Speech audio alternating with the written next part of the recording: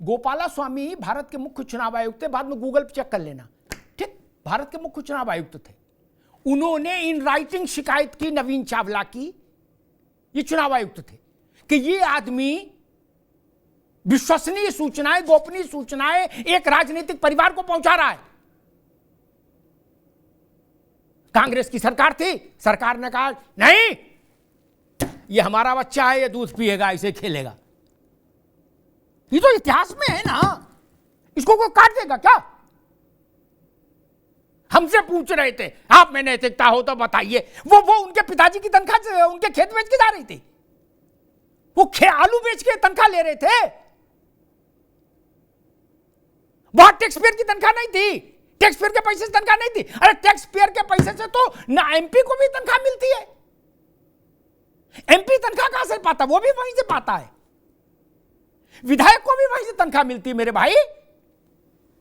मैंने तो उदाहरण नाम लेके कह दिया ना, गोपाला स्वामी चीफ इलेक्शन कमिश्नर थे, नवीन चावला के विरुद्ध इन राइटिंग शिकायत की। अरे श्रीमती जी, कुछ तो सस्ता लो, बचत करो। नहीं श्रीमान जी, सब बढ़िया लो, रहने दीजिए। इसमें क्या खास बात है? थोड़े में ज्यादा स्वाद, यही तो है इसकी खास बात। वाओ मामा, क्या स्वाद है। अरे मेरे राजा, प्योर मसाला, ये है सीक्रेट रेसिपी MDH का जीरा सिप जल जीरा मसाला। सिप सिप जीरा सिप, जीरा सिप MDH का जल जीरा सिप, जीरा सिप MDH का जल जीरा सिप। विश्वास भंग का आरोप लगाया और सरकार ने उस आदमी को बना के रखा। कौन थे नवीन चावला? मैं बताऊं कौन थे? चेहरे खराब हो जाएंगे मित्र। नवीन चावला कौन थे और किसके लिए उन्होंने सूचनाएं दी? क्या लिखा था गोपाला स्वामी ने? गजब बात है। सेशन चुनाव नहीं लड़े थे,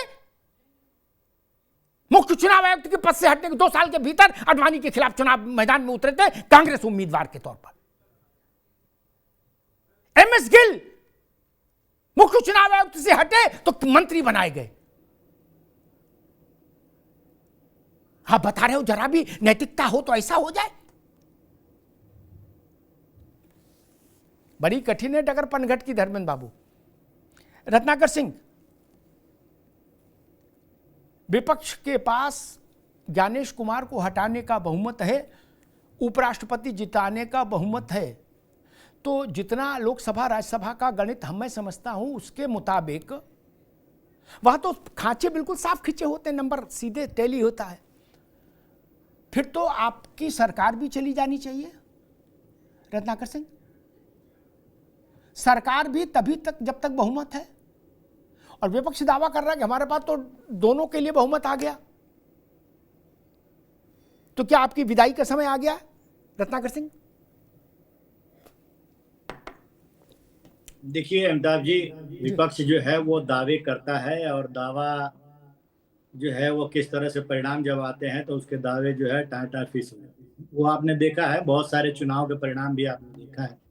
उसी तरह ये मुंगेरी लाल के हसीन सपने की तरह ये दावे भी करते हैं और उसी तरह सपने भी देखते हैं। और देखिए, ये कह रहे थे, संख्या बल पे बात कर रहे थे, मैं आपको बता दूं अमिताभ जी कि भारत के लोग बहुत समझदार हैं और संख्या बल उन्हीं को देते हैं जो देश के विकास के लिए काम करता है, जो देश के हित में काम करता है। गलती से यूक्रेन में वहां के नागरिकों ने एक कॉमेडियन को संख्या बल दे दिया, और देखिए वहां पे क्या परिणाम चल रहा है, यूक्रेन में किस तरह से युद्ध विभीषिका में जल रहा है यूक्रेन। तो भारत की जनता बहुत समझदार है और वो जानती है किसको जो है उसने संख्या बल दिया है और कौन नेता है और कितना हित करेगा उसका, वो ये बहुत समझदार है। देखिए, आज सबसे बड़ी विडंबना ये है अमिताभ जी की, आज चोर लोग ही मचा रहे हैं शोर, चोर मचाए शोर। आज ये SIR में गड़बड़ी, वोट चोरी के लिए बिहार में जाकर रैलियां कर रहे हैं, किसके साथ कर रहे हैं? SIR छूट गया, SIR तो बच्चा हो गया, अब डकैती की बात आ गई। SIR में क्या उलझ रहे हो? नहीं, SIR पे बिल्कुल नहीं उलझना है। मैं सिर्फ ये कहना चाहता हूं कि जो पार्टी, जिस पार्टी के मुखिया जिसको सजा याफ्ता थे, जो चारा चोर में सजा याफ्ता थे, उनके साथ ये वहां पे ये इल्जाम लगा रहे भारतीय जनता पार्टी और NDA के ऊपर कि ये लोग चोरी किए हैं। अब जो स्वयं चोर है, चारा चोर का हो गया तो वो वोट चोर का नहीं कहेंगे रत्नाकर जी? नहीं, ये तो चारा चोर तो मिलाएंगे। नहीं, मैं चारा चोर इस आधार पे कह रहा हूं कि माननीय कोर्ट ने उनको चारा चोर सत्यापित कर दिया, सजा भी दिया, उनको सजा याफ्ता भी हो गई। और हमें वोट चोर का इल्जाम लगाना उसी तरह है ना। अभी राहुल गांधी ने देखा ना आपने 2000 वर्ग किलोमीटर वाला चाइना पे सुप्रीम कोर्ट ने किस तरह से लताड़ा उनको, तो इनका वही है। ये प्रामाणिकता इनके पास नहीं है, सिर्फ आरोप लगाना। और देखिए मैं अमिताभ जी बहुत गंभीर बात कहना चाहता हूं, ये वोट चोरी का जो इल्जाम लगा रहे हैं उसके ऊपर, कि देखिए जिस लोकतंत्र को ये अपनी जागीर समझते थे, उस लोकतंत्र को बचाने के लिए ये आज सड़कों पे उतर के आ रहे हैं। और वोट चोरी का तो उनका बहुत लंबा इतिहास रहा है, पारिवारिक इतिहास रहा है। अब बताइए, इलाहाबाद उच्च न्यायालय ने इंदिरा गांधी की सांसद की सदस्यता क्यों खत्म कर दी भाई? इसलिए खत्म कर दी ना क्योंकि इन्होंने चुनाव में गड़बड़ियां की थी और सरकारी तंत्रों का दुरुपयोग किया था। तभी तो जस्टिस सिन्हा ने इनको 6 साल के लिए चुनाव लड़ने से मना कर दिया और राजनारायण जी सांसद बने। तो ये इनका इतिहास रहा है। और दूसरा सबसे बड़ा इतिहास रहा है, मैं आपको और एक महापुरुष का नाम ले लेना चाहता हूं, डॉक्टर अंबेडकर का। जब 1952 में डॉक्टर अंबेडकर ने चुनाव लड़ा था तो 14,000 वोट से कांग्रेस पार्टी ने उनको हरवाया और 74,332 वोटों को रद्द कराया। तो इतिहास बता रहा है कि वोट चोरी का काम किस पार्टी ने किया है और कब किया है और किस तरह से किया है। तो ये तो इनका इतिहास रहा है। रत्नाकर भाई रुकना होगा, मैं कांग्रेस के पास जाऊंगा। और उस चुनाव के विरुद्ध डॉक्टर भीमराव अंबेडकर यानी बाबा साहेब चुनाव आयोग आए थे और मेरी समझ ऐसा कहती, मैं गूगल तो नहीं लेकिन मेरी समझ ऐसा कहती, वो शायद भारत की पहली चुनाव याचिका थी जो चुनाव आयोग के पास आई। 18 पन्नों की खुद लिखी थी डॉक्टर अंबेडकर ने वो याचिका, कि कैसे उनके चुनाव में भ्रष्टाचार हुआ, कैसे 74,000 से ज्यादा वोट खारिज करके उनको हरवाया गया 14,000 समथिंग से। वो बड़ी अद्भुत याचिका है जो बाबा साहब ने अपने हाथ से लिखी है और चुनाव आयोग को दाखिल की थी। खैर, गौरव जैन जी, मैं एक इंटरव्यू देख रहा था सुप्रिया श्रीनेत्र जी का। उसमें उनसे पूछा गया कि भाई हम सारी बात मान लेते हैं लेकिन फिर भी अगर सारी चीज पुख्ता है तो एफिडेविट दे देना चाहिए राहुल गांधी को। ये सवाल 2-3 बार हुआ तो फिर उन्होंने एक बार निर्णायक तौर पर कहा, उन्होंने पूछा क्यों नहीं दिया, हम समझना चाहते।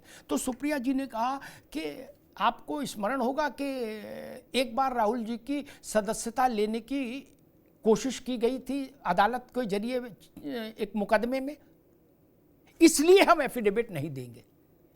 क्या ऐसा भय है कि सदस्यता का खतरा हो जाएगा एफिडेविट देने से? क्योंकि सुप्रिया श्रीनेत्र ने इस बात का उदाहरण दिया कि एक बार राहुल गांधी को पार्लियामेंट से बाहर करने की कोशिश हो चुकी है, इसलिए एफिडेविट नहीं देंगे। जी देखिए, रिप्रेजेंटेशन ऑफ पीपल्स एक्ट में राहुल जी ने महादेवपुरा की कॉन्स्टिट्यूएंसी में वोटर लिस्ट में इलेक्टोरल फ्रॉड की बात करी थी। वहां से जो कांग्रेस के प्रत्याशी थे उन्होंने अपना एफिडेविट देके चुनाव आयोग को बोला कि लो जांच कर लो, जो चुनाव लड़ा होगा वहां से वही तो देगा। रही बात एफिडेविट की, तो जो चुनाव आयोग बोल रहा है वो एफिडेविट दे दे, सुप्रीम कोर्ट में बोल दें कि जो हमने लिस्ट डाली है वो एकदम सही है, उसमें कोई भी गलती नहीं है। IJKLMNOP जो है वो नाम है व्यक्ति का, 140 साल की बुढ़िया रहती है जहाँ हिंदुस्तान में, तो ये चुनाव आयोग बोलते हैं। हम भी अपना एफिडेविट देंगे, चुनाव आयोग भी अपना एफिडेविट देंगे, जो जिसकी बात सही होगी वो सही आ जाएगी सबके सामने। क्यों सुप्रीम कोर्ट से फटकार खा रहा है बार बार चुनाव आयोग? अभी वो बोलता था कि हमारे पास जो रिले नंबर वाले जो है डेटा जो डिलीट करे वो हमारे पास हम नहीं बता सकते। चुनाव आयोग ने फटकार मारी, सारा पूरा डेटा एक साथ आ गया। तो चुनाव आयोग बना रहे, चुनाव आयोग बनेगा तो फिर यही चीजें होंगी। और अपनी बात जो है चुनाव आयोग को सीधे सीधे सबके सामने रखने चाहिए, दोहरे तर्क नहीं करने चाहिए। आपका डेटा है, आपकी वेबसाइट से लिया है, उसको आप सर्चेबल बनाइए कि ज्यादा से ज्यादा। देखिए सबके हित में क्या है, चाहे भाजपा हो चाहे कांग्रेस हो, सबके हित में है कि एक ऐसी सूची हो जिसमें जो पूरा डेटा हो वो सही हो, कोई भी एक बाहर का व्यक्ति ना आए, कोई भी एक ऐसा व्यक्ति ना हो जो चौकीदार के होने के बाद भारत की सीमा में आ जाए और यहाँ वोटर बन जाए। क्योंकि अगर ऐसा होगा तो चौकीदार ही चोर कहलाएगा, और हम नहीं चाहते कि चौकीदार को हम चोर कहें फिर से। इसलिए हम चाहते हैं कि जो सूची है वो सही तरीके से सबके सामने आए, सब उसे पढ़ें, सभी लोग जांच करें, भाजपा वाले भी जांच करें, हमारे साथ बैठ के जांच करें कि ये LMNOP वाला नंबर आदमी जो है वो कौन है। और वही चीज हम लोग उनके सामने रखी कि आप बता दीजिए, उस पर सत्यापित करके दे दीजिए कि ये जो सूची हमने डाली थी वो 100% सही है, और हम अपना एफिडेविट दे देंगे कि हाँ जो हमने आपका नाम लेके दिया है वो 100% सही है, कहाँ कोई मना कर रहा है।